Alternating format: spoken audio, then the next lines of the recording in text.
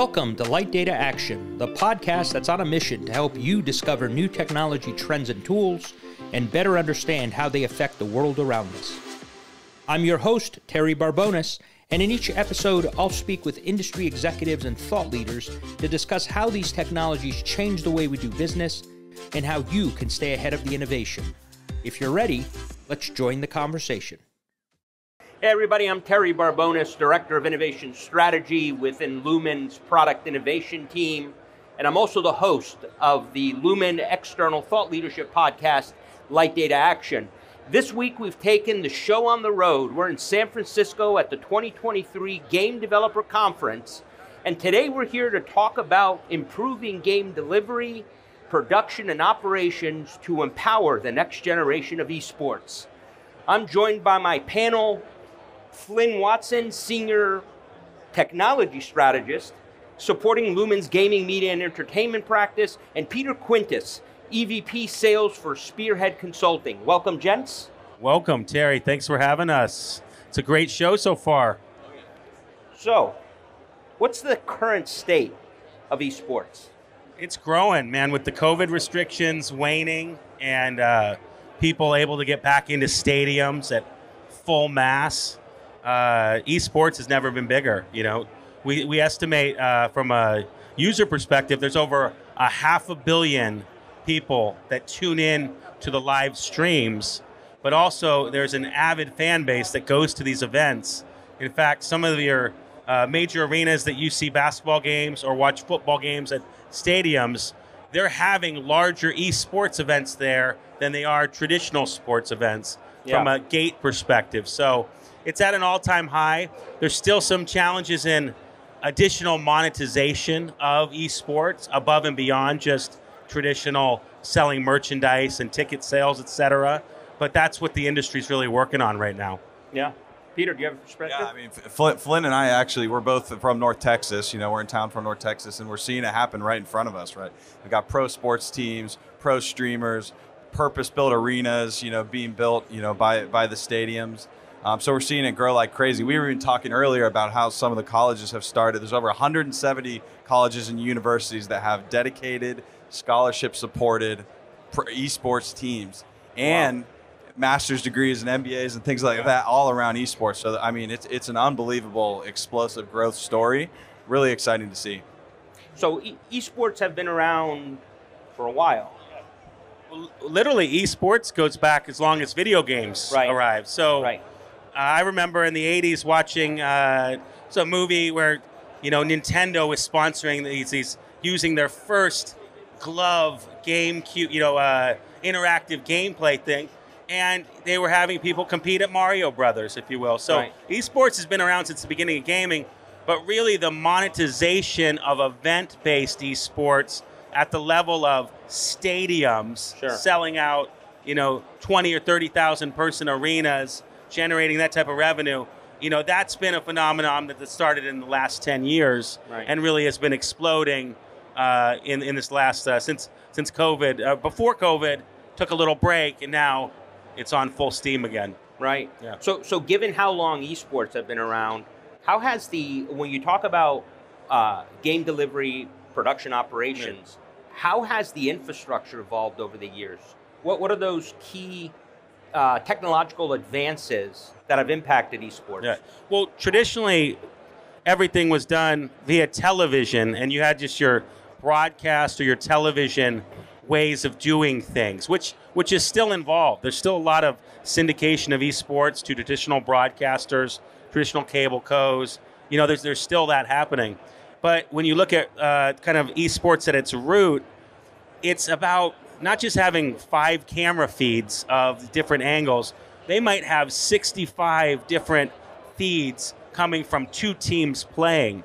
So what that means is wherever that is originating from, if you want to turn that into streaming media, you have to have huge bandwidth out of those facilities to take that data. And we're seeing, you know, this is a actual stat, you know, companies have been setting up their own private 10 gigabit per second waves from facility to facility. That's then jumping up to 100 gigabits per second with the landscape of moving to over 400 gigabit per second waves just to start driving the connectivity, because they want low latency, high performance in order to deliver that experience to their users. Yeah. Peter? Yeah, and even beyond the big venues, right? The end users, the gamers at home, right? The streamers at home. Luckily, all of us are lucky to, or a lot of us are lucky to have access to more low-cost fiber services. So you're seeing ISPs bring 1 gig, 2 gigs, sometimes 5 gigs or higher to the home, which is wild to think about. Starting gaming on DSL back in the day, having a miserable experience, and see where we are now. But every millisecond counts, right? And everyone's competitive, right? So it's common now to see sub 10 millisecond, sub 20 millisecond latency, and that's a meaningful difference. So we talk about low latency being important. What about other parts of infrastructure? Things like the adoption of cloud computing and distributed edge computing that we see a lot within Lumen. Well, what's the impact of that? Well, this is a whole edge computing play, because if you look at just the audience for esports, over 50%, maybe close to 60% is distributed in Asia Pac across multiple countries there. I.e., you got to be connected to China, you got to be in Japan, you got to be in huge market like Korea, etc. And then you're starting to see these really emerging markets such as South America, and so you're going to need to be in locales of a variety of different countries, et cetera, as well as one of my counterparts over here is saying, thinks of United States, certain parts of the United States as emerging markets.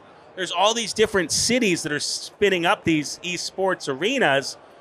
Can they connect to infrastructure that's just sitting right next door? So there's a lot of challenges looking at, can they, connect their fiber or their traditional ways of getting onto the internet to infrastructure that can stream, that can provide gameplay, that can do other types of media production like transcoding and things of that nature. That's what we're seeing a lot of right now from the edge. Yeah, absolutely. And then on the end user side, right, everyone's got high def everything now. So you're talking about further streams in 4K and higher. And so the expectation is, high refresh rates, high frequency, high resolution, and the experience that the viewers intaking as well. We did a prior session where we talked about cybersecurity within gaming in general. Where does cybersecurity fit in when you look at esport events? Obviously, malicious activity, hacking, and other things for the event itself, not just the game. Is that a bigger issue? Is it? It's a huge issue. Yeah, I mean, especially just like any event. Like think about we go see a Cowboys game, right? You've got security there at the door trying to make sure everyone's safe. It's no different than when you're streaming to hundreds of thousands, if not millions of people. These events are subject to attack, like any high profile website or media event or anything like that. So protecting that environment is hypercritical to the experience and to the end user what they see. I'd make this argument that there's this premise of DDoS protection, protecting these circuits and this available capacity from people, sending botnets to take down those circuits. That really started from the gaming industry, because what would happen is in the gaming industry, a player would get disenfranchised with some sort of competition, and they want to send attacks at the other players to minimize their scores, bring down their success in those games, etc. And what we found was these gaming companies must support their online operations with DDoS protections and things of that nature.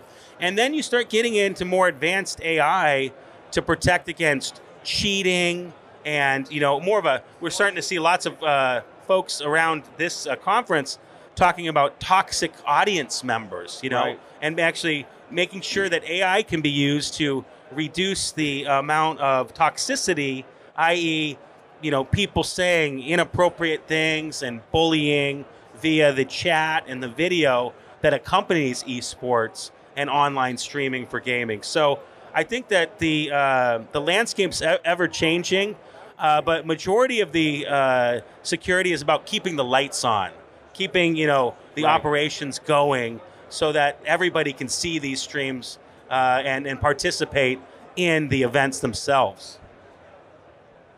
Yeah, and I mean some other topics like on the cybersecurity side, and it's cyber, but it's also core routing and networking as well. So you think about a lot of these companies around the conference that we've spoken to, they specialize in orchestration of placing players and servers, right? So it's essentially a meet point where everyone in your lobby that's playing in your game, right, is going to have the most efficient path to get to that server. Well, let's say in an event that's attacked, right, from a DDoS perspective, they would have the ability to hopefully they subscribe to a DDoS service and filter that out, but they also have the ability through peering and through this distributed server infrastructure to reroute, right, replace players at very low latency in another server, right, to spin them up and really not skip a beat.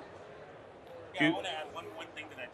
We saw this trend where users were having poor performance with a particular game, and that poor performance caused them to get angry and then launch attacks against the game and its community. Right. So there's this, and I hate to say, one thing leads to the other, but if you can keep high-performant game infrastructure up that's fair, that doesn't lead to problems for one particular type of folks, depending on where they're at, they won't get disenfranchised or get as angry and lead to potential attacks, if you will. So there's some element there of being proactive to ensure fairness and performance to reduce your security risks. Yeah, didn't we see the situation with the find a friend functionality for one of the console companies where the latency was so high in South America that they started getting flooded with hate mail because they couldn't actually message find boards. It's like, so yeah. The hate mail for any gaming company out here on the floor is the message boards. And when you're launching a new game and it's a game that's a title that there's a previous generation title, if you're having performance problems, people don't upgrade to the new game. They don't get on to that next year's version. And so there's this monetary component. Now, when you mentioned the South American example, because of the matchmaking, it wasn't localized. Everything was going back to a centralized cloud. It was causing poor latency for one set of users. But then in order to promote fairness, they have to provide that same poor performance to the other user. So they manufacture latency for both sets of users, which doubles the dissatisfaction. I don't really have much else to add on that. I think that pretty well covered it. No, it was perfect. So you're saying from a performance perspective, you could actually lead to a cybersecurity event if your latency isn't there, if you can't find your friend, and you get so bent out of shape that you launch a DDoS attack. Oh yeah, it's just too easy nowadays, right? You just pay in Bitcoin online, and find the information to target. You can launch an attack. So it doesn't take a lot of manpower or resources, for one individual to do that. So with these esport organizations, I assume that they use various gaming infrastructures from partners to be able to build on top of. They're not building them themselves. Is that accurate? In other words, they would look to a partner like a Lumen or another infrastructure player to give them the fundamentals of what they need to build that environment on top of to be able to set up the environment. Is that accurate? Definitely from a video delivery perspective, nobody's building out the distribution networks themselves because it's good luck for everybody that it's become commoditized in the sense that companies like Lumen have generated, tens of terabits per second of scale for end users. An example, one of our customers that we can mention is Riot Games, and they do 100 million simultaneous streams for their championship game plus. And that battles the Super Bowl when you start looking at those numbers. Now, multiply that 100 million times, you can do the math on a 2 megabit per second or a 1 megabit per second stream. You're starting to really crank up the bandwidth. And that's where the edge becomes so important. Because at the edge, you have localized bandwidth, which is substantial. That's where you can generate, that's like being on your local LAN, if you will. Right. Versus having bottlenecks of going back to a centralized location. Your performance bottlenecks are going to be these individual routers and these individual peering points between telcos and things like that. That's why Lumen is really taking a stake as a technology provider to push content to the edge and help game companies meet their audience members where they're at, meet them, a router hop away if possible. Yeah, and sometimes with streaming, I mean, live streaming visuals is a little bit different than querying something like a database. And so sometimes you've got your core sets of servers and hosts and things of that sort for the streaming portion, but that database connection happening closer to the edge is going to result in a much better experience. But yeah, we were just talking earlier, there's niche vendors now designing special routers at the edge that are very low latency and can take high capacities worth of bandwidth, upwards of 40 gigabits per second, on the WAN, and on the LAN side, specialize in shaping policies and queuing and things of that sort, so that they can avoid things like buffer bloat, which is a big topic in that group, right? So if you ever have latency and jitter, and you're trying to send more packets towards the network than it's willing to accept, you get requeuing issues, latency issues, jitter issues. And so when we see these vendors, Lumen being one of them that offers equipment to do this, you look at shaping policies, QoS policies, and help improve that. Just to add one thing to your exact question, nobody wants to over-provision scale for things that happen infrequently, and they happen in a distributed manner. So the point being, like, you're doing 10 events a year, you don't want to have to build out that infrastructure. Right. You'd rather go to somebody that's doing thousands of events a year already, and you just ride on top of it. And that might be a cloud provider, obviously the Lumen Edge network, working with partners like Spearhead to help design a integrated approach across multiple vendors, et cetera. But the point is, you're able to kind of get as high capacity of scale as necessary, ensure performance, and then not worry about the security elements, because you just outsource that. Right. You don't have to build up the firewalls and everything yourself. So on that point, I was gonna ask. Somebody comes to you and says, "I'm going to build a new esport organization, Terry's esport organization, for example." Are there best practices that you would give them? I think you rattled off a few of them. Are there some best practices when choosing that infrastructure provider that you would suggest? It depends what part of the food chain you're building, okay? Right. So if you're building the team, you want talent, you want sponsorship revenue, you want great environment to cultivate, the community, and you want to build a brand.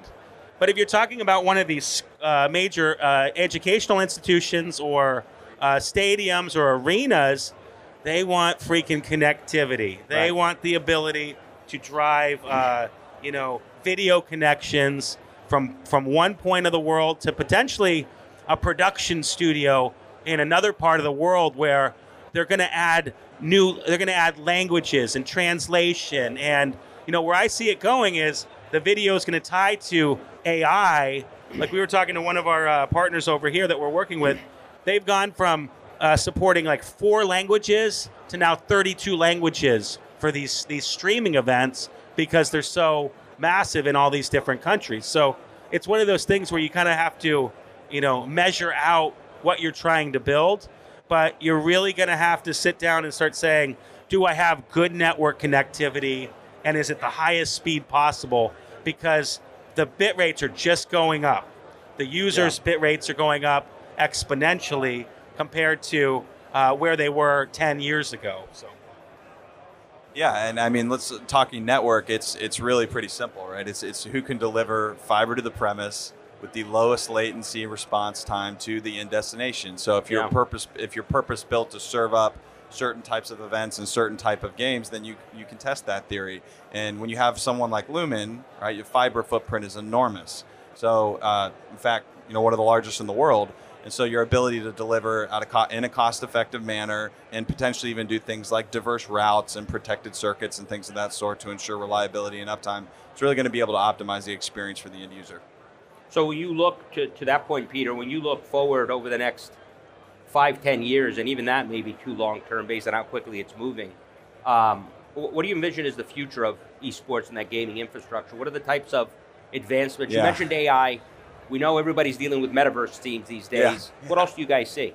Well, I mean, that's what I was going to say. I mean, you just walk around this conference, and it seems like every other booth is somehow related to AR, VR type experiences. So, our traditional experience today, sitting in front of a monitor, gaming in front of a PC, or going to an arena and watching someone do it in person, right? That is going to totally transform, and it's going to be just lifelike experiences. And with that, it's going to require an even more low latency experience, right? And so when we talk about things like 5G, wireless experiences, when we talk about things like headsets and want to be able to walk around or being in a park or something and playing a game, that's next. Gaming and the ability to game off your mobile device, any sort of AR, VR device anywhere in the world, that's where this becomes very, very interesting.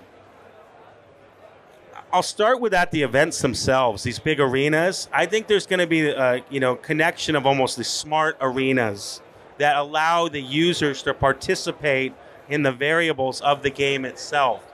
For example, if you think about, you have 30,000 rabid fans oohing and aahing, but now you can get them to actually determine if they want to add certain characteristics to the game in real time. We're starting to see those trends. So it's connecting their mobile phones to the actual edge infrastructure that then might impact the game. That's one type of thing. And then there's monetization strategies. Sports betting is going to be big for gaming. Right now, sports betting is hundreds of billions of dollars for traditional sports, and it's just it's $1 billion industry, let's say, for gaming in esports. And from that perspective, we could start seeing some really interesting monetization strategies around betting on your favorite teams, but not just to win or lose.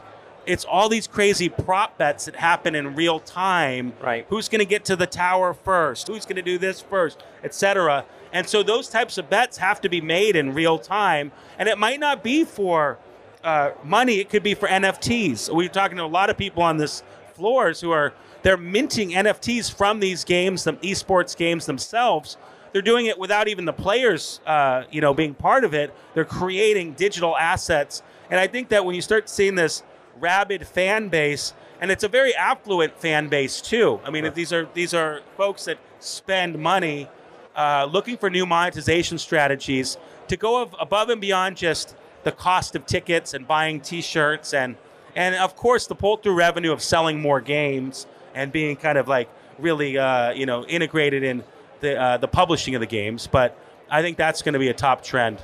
It's interesting because we already see in professional sports in Las Vegas where you can go with two baseball teams playing, and you're not just betting on the outcome of the game. You literally can bet with every pitch and every at-bat where they're feeding data in to be able to get probability to make the let's bet. talk about that real quick. If I was if I was at home and I'm watching traditional television, this is one of these examples, and I'm also watching streaming, you live in a condo complex, and you're watching it via online, right? And then all of a sudden you hear people scream, yeah, touchdown, and you're 30 seconds behind online in some cases. You can hear people cheering, and you're like, oh, no. Yeah. That just ruins it for you. Now, with prop betting as an example, and we're working on this with some of the major broadcasters, they want to bet on every single serve, okay? Now, the way that betting works, most people want to bet at the very last second, and then you start looking at the time between serves. It might be 10 seconds, 15 seconds, etc. I started timing it once. You have to make the latency of that stream be sub-second.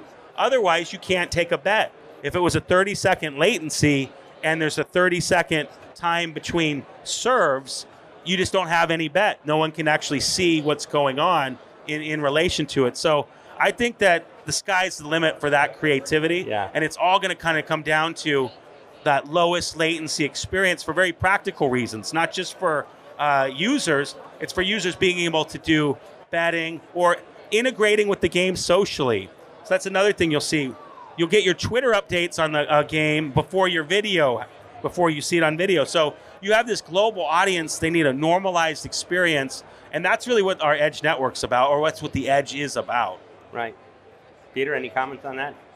Well, just fairness. I mean, if you're gonna have betting, in the game and things like that, it's March Madness season, right? You watch a basketball game, they're all playing on the same court and they switch sides at half. If you've got an inconsistent gaming experience amongst teams and things like that, how do you make that fair? So it's just, again, hypercritical for consistent experience, quality connectivity, and then the controls around it to make sure that it's all in line. Yeah, that's awesome. So one final question. How much of what we see in esports, we talked yesterday on one of the panels about how the gaming industry is demanding the most audacious use cases and saying make it possible. How much of what's developed for these esport environments do we see transcending and going into other industries? So if you look at events like this, where the convention center is the arena, do you see sort of a Venn diagram where we see some of that, some of the lessons learned and so forth transitioning into other events that aren't necessarily esports, but have some of the same attributes? I mean, I think like everything we were just talking about, you know, enabling the audience to engage, I guess, more intimately with the event that's taking place. I mean, sure, I think there's a lot of those shared experiences that might be, you know, immediately evident in esports gaming type environment, sure, because that's more of a, you know, tech forward type approach. But I mean, why not? You look at some of these stadiums being built, you know, for pro sports teams. They are very tech heavy. I mean, you see SoFi Stadium out in LA, it's unreal. I mean, it's really impressive. So, yeah, I mean, I think a lot of that will bleed through and influence, you know, other aspects of pro sports. And I think if you look at it, like how esports kind of copies regular sports, as an example, you'll see that they're wearing jerseys, and the jerseys have sponsorship names on them, and there's, you know, that's what they're getting from traditional sports because those models are already created. But on the flip side, we're seeing traditional sports starting up esports teams because they're seeing it as a new asset class, a new, you know, set of chance to build community and revenue around their already set of assets. So some things that they might take away from it is, you know, how to communicate with an audience base from a social perspective, because gaming's way ahead there, you know, from how the audience works. I'll tell you one funny story was that this guy was talking about Kyler Murray from the Cardinals is big into esports, okay? But he's this one guy he was playing says he does a bunch of cheats. He cheats at esports. That's what this. I hope this doesn't ruin your podcast, Terry, from having to edit out. This is what this guy said. But the point was he was trying to corroborate, well, if he does that in esports, what does he do in traditional sports, you know? Sure. So my point is, like, there's this bleeding of features and functionalities together. And Kyler, I support you, by the way. If you want to run some tricks during Madden, I think that's pretty cool. But from our perspective, where I was going is that they're looking for new ways to really make user engagement turn into either money and from a sales of merchandise, NFTs, but also to keep you on a brand, keep you coming back. You'll see the event next year. You'll spread the word, etc. So I think it's a mixture. Yeah, I think esports is definitely a pretty cool aspect of the gaming industry to follow. Flynn, Peter, I appreciate your insights for the audience and looking forward to seeing how this all evolves.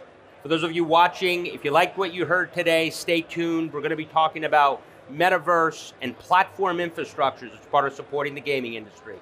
Thank you.